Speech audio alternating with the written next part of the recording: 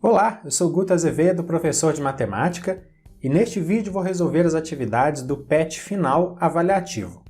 Para ver todos os vídeos do PET desde o volume 1, clique no cartãozinho que vai aparecer lá no outro canto da tela na parte de cima. Número 1. Você já notou que alguns números são muito grandes ou muito pequenos? Para reduzirmos a quantidade de algarismos desses números, utilizamos múltiplos ou submúltiplos e também podemos utilizar a notação científica, sendo que para isso recorremos às potências de base 10. Observe o problema apresentado abaixo e responda corretamente o que se pede. A usina hidrelétrica de Furnas é uma usina hidrelétrica brasileira localizada no Rio Grande, entre os municípios de São José da Barra e São João Batista do Glória, no estado de Minas Gerais. Possui 8 unidades geradoras com um total instalado de 1.216 megawatts. Sabendo que 1 megawatt equivale a 1 milhão de watts e que o consumo médio de uma residência mineira é de 121,6 kW por mês, sendo que 1 kW é igual a 1.000 watts, quantas residências essa usina seria capaz de alimentar em um mês? Bom, de acordo com o texto, a produção da usina é de 1.216 megawatts, só não fala em que período de tempo ela produz isso. Mas nós vamos considerar que essa informação aí é suficiente para a resolução da atividade, tá bom? Esse valor. Então, nós vamos multiplicar essa medida por 1 milhão para encontrarmos o resultado em watts.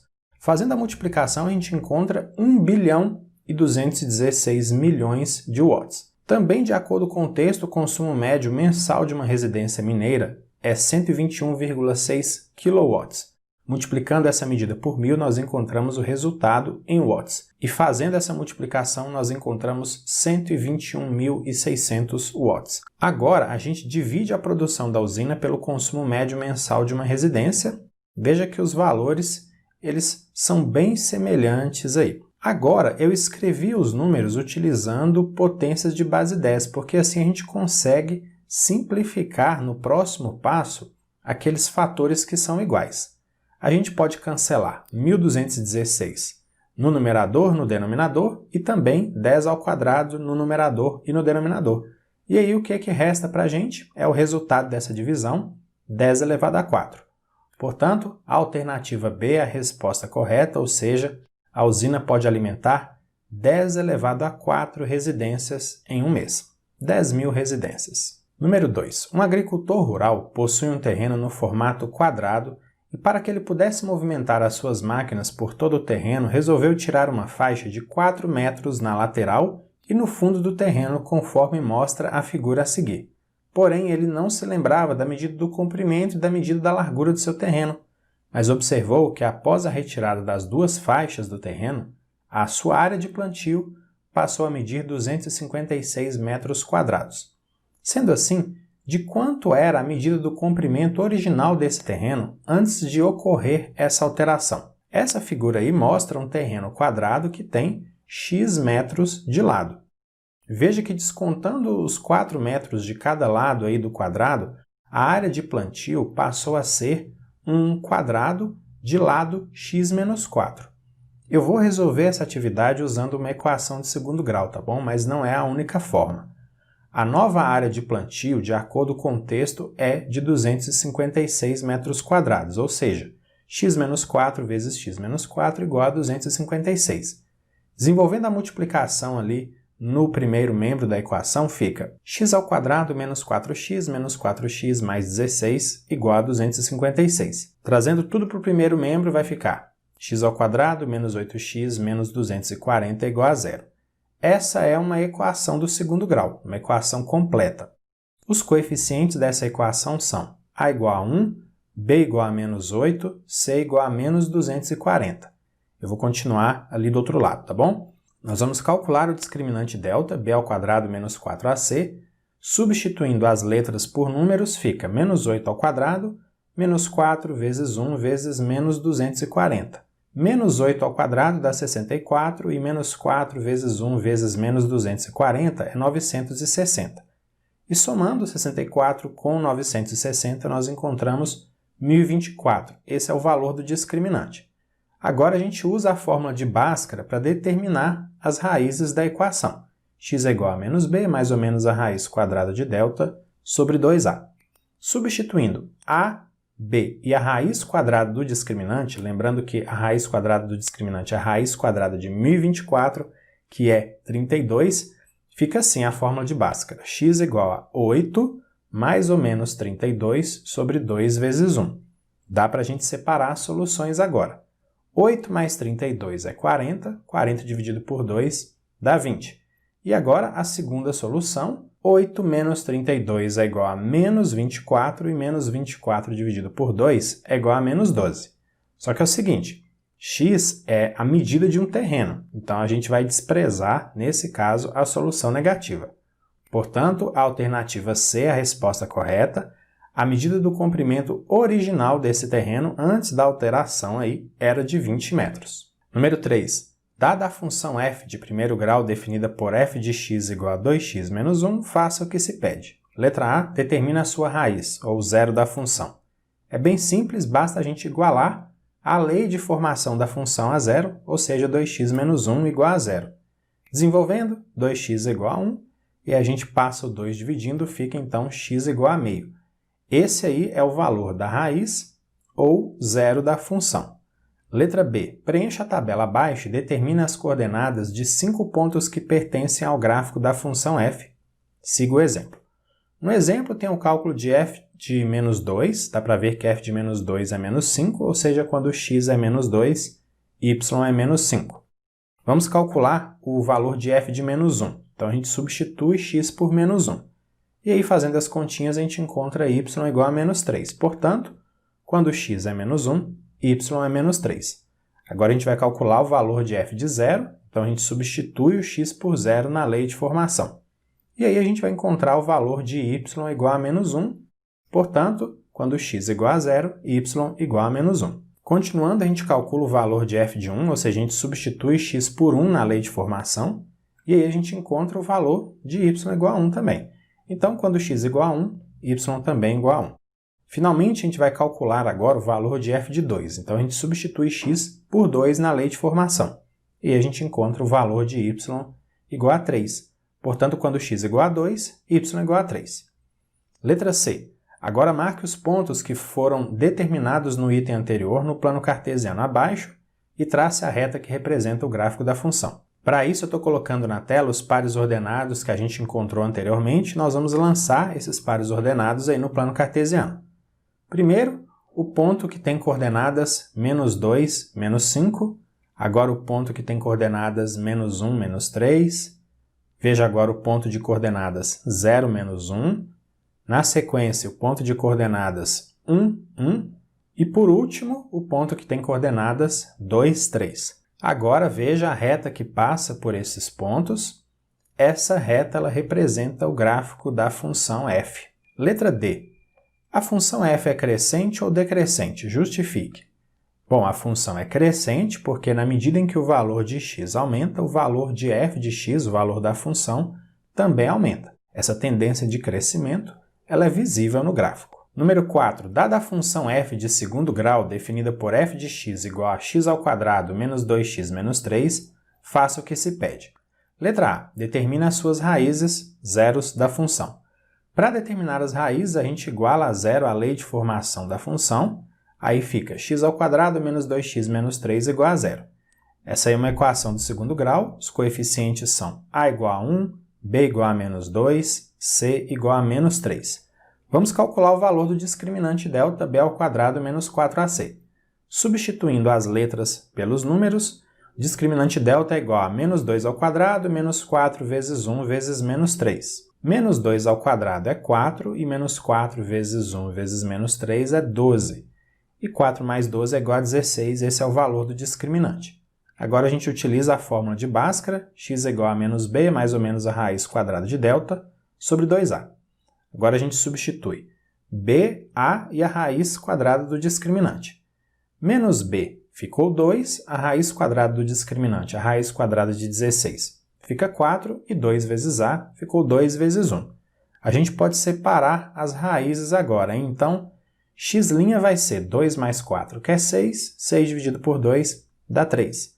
E x duas linhas vai ser 2 menos 4, que é menos 2 dividido por 2 dá menos 1.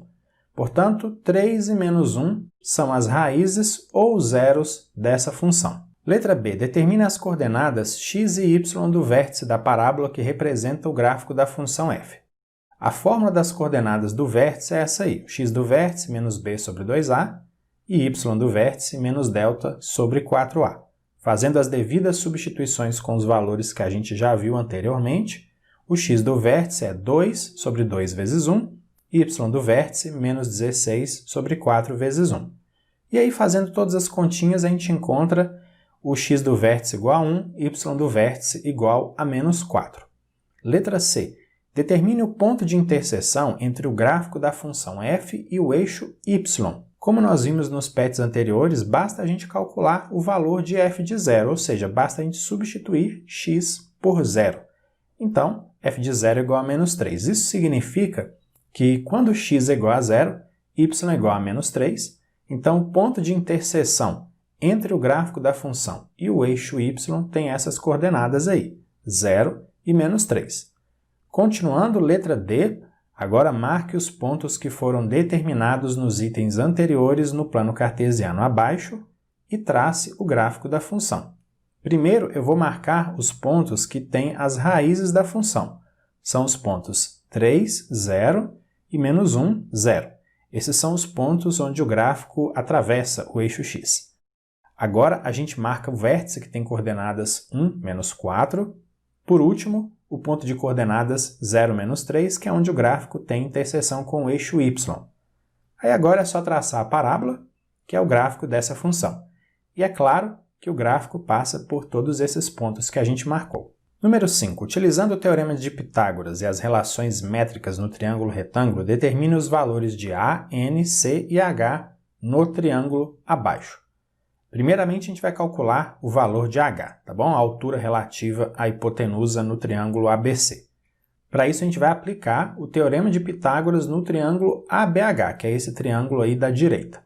Nesse triângulo, a hipotenusa é igual a 6 e os catetos são justamente H e o outro mede 4.